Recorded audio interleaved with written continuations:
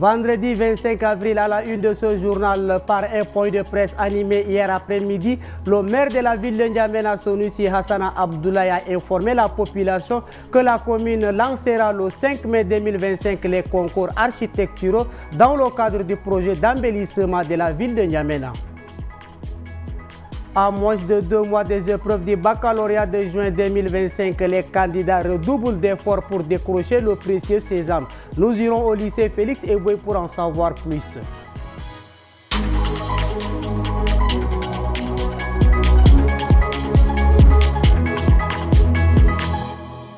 Bonjour et bienvenue dans votre édition des 13h45. Le maire de N'Djamena, Sonusi Hassana Abdoulaye, a animé ce jeudi 24 avril un point de presse au sein de la mairie. À travers cette communication, il a annoncé que la commune procédera le 5 mai prochain au lancement officiel des concours architecturaux. Ces concours ouverts dans le cadre du projet d'embellissement de la capitale s'inscrivent dans la feuille de route 2025-2027. Il est au micro de Fakalbo Absalon Ralombaye. Bonne aventure.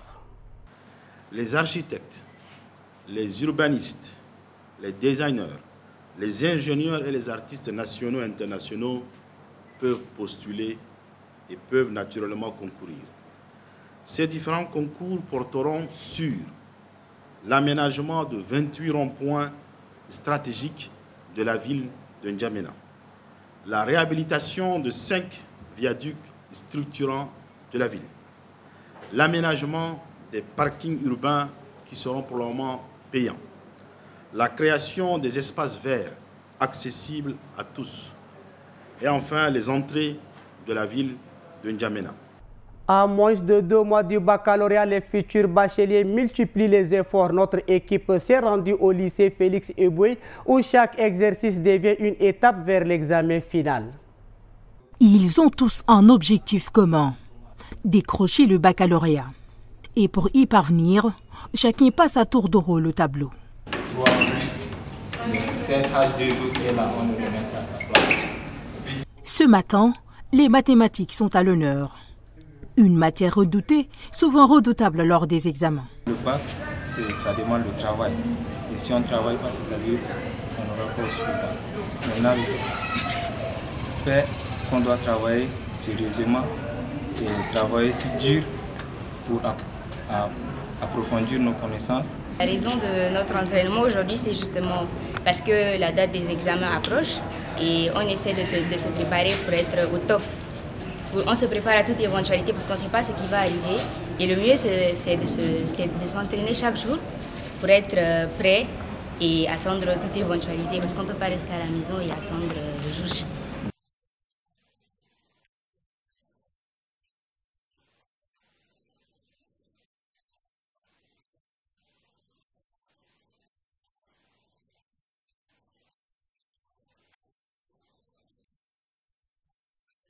Ces séances de révision sont en coup d'avance pour ces candidats à la session de juin. Il leur reste moins de 2 mois pour affûter leur stylo et leur concentration. Face à la flambée des prix des médicaments, de nombreux hypertendus se tournent vers un remède traditionnel, le jus de rognier, communément appelé DOM, une solution naturelle populaire mais qui suscite l'inquiétude du corps médical. Reportage à suivre. Le DOM, Mornongar Marc ne s'en passe plus.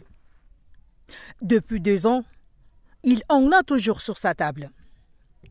Un produit qu'on lui a conseillé pour soulager son hypertension artérielle. Faute d'argent pour acheter ses médicaments en pharmacie, il s'accroche à ses jus de DOM. Dans le temps, c'est monté jusqu'à 19. Mais quand j'ai laissé les médicaments de l'hôpital, là, je commençais à prendre les DOM là. Ça a stabilisé et c'est revenu à 15, entre 15, 16, 14. Donc les effets même, je ne sens pas tellement. Et c'est pourquoi je consomme toujours les DOM là. Mornongar Marc n'est pas le seul patient à avoir recours à ces produits pour soulager sa tension. Une méthode peu recommandée par les médecins. Ce que nous connaissons de ces produits, c'est un produit avant tout naturel, et tout produit naturel, il y a toujours un bienfait qui est là. Donc le fruit de ces palmiers Ça contient un peu des antioxydants, ça contient des fibres, ça contient aussi du sucre naturel. Et là, c'est très bien. Ça contient aussi un peu de potassium, de magnésium. Donc, c'est très bien pour l'organisme quand on le consomme. Mais cela ne doit pas être pris comme un traitement de l'hypertension artérielle au détriment des traitements médicamenteux qui est prescrit en aval ou bien d'un examen médicamenteux. Selon l'OMS, environ 46% des adultes africains de plus de 25 ans souffrent d'hypertension artérielle, l'un des taux les plus élevés au monde. Jeudi 24 avril, l'artiste Lorenzo Cossi a rencontré la presse à la médiathèque éphémère de l'Institut français du Tchad. Il y a présenté son nouveau Maxime single intitulé Inch'Allah. Un retour très attendu sur la scène musicale. Nos reporters Djeko Redom, Armel et Boyom Krios, rendus par Rasso Mordim Leila. Silencieux depuis plusieurs mois, Lorenzo Cossi revient avec un projet inédit. Inch'Allah, un maxi-single de 4 titres aux influences variées. Rumba, amour, société, l'artiste mêle rythme et message. À travers ça, j'essaie de passer un message, j'essaie de donner le courage à tous ceux qui sont désespérés. Parce que ce n'est pas facile. Ce n'est pas du tout facile ici, surtout dans notre milieu artistique. On essaie de se chercher il y a longtemps dans un pays où l'artiste n'a pas son statut, c'est pas du tout facile. On essaye de se battre et là, j'essaye d'encourager, j'essaye de donner l'espoir à tous les chancres, tous mes frères artistes, que ce soit les Tchadiens en général.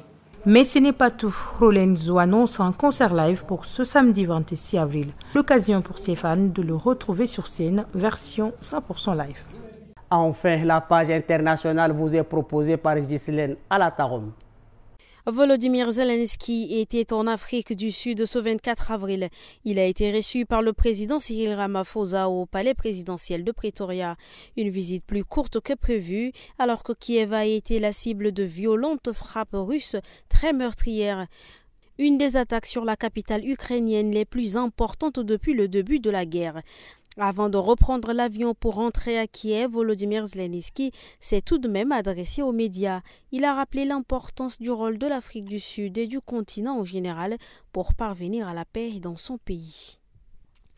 En République centrafricaine, 2 groupes rebelles ont signé le 19 avril 2025 avec le gouvernement un cessez-le-feu afin notamment de réintégrer l'accord politique pour la paix et la réconciliation en RCA.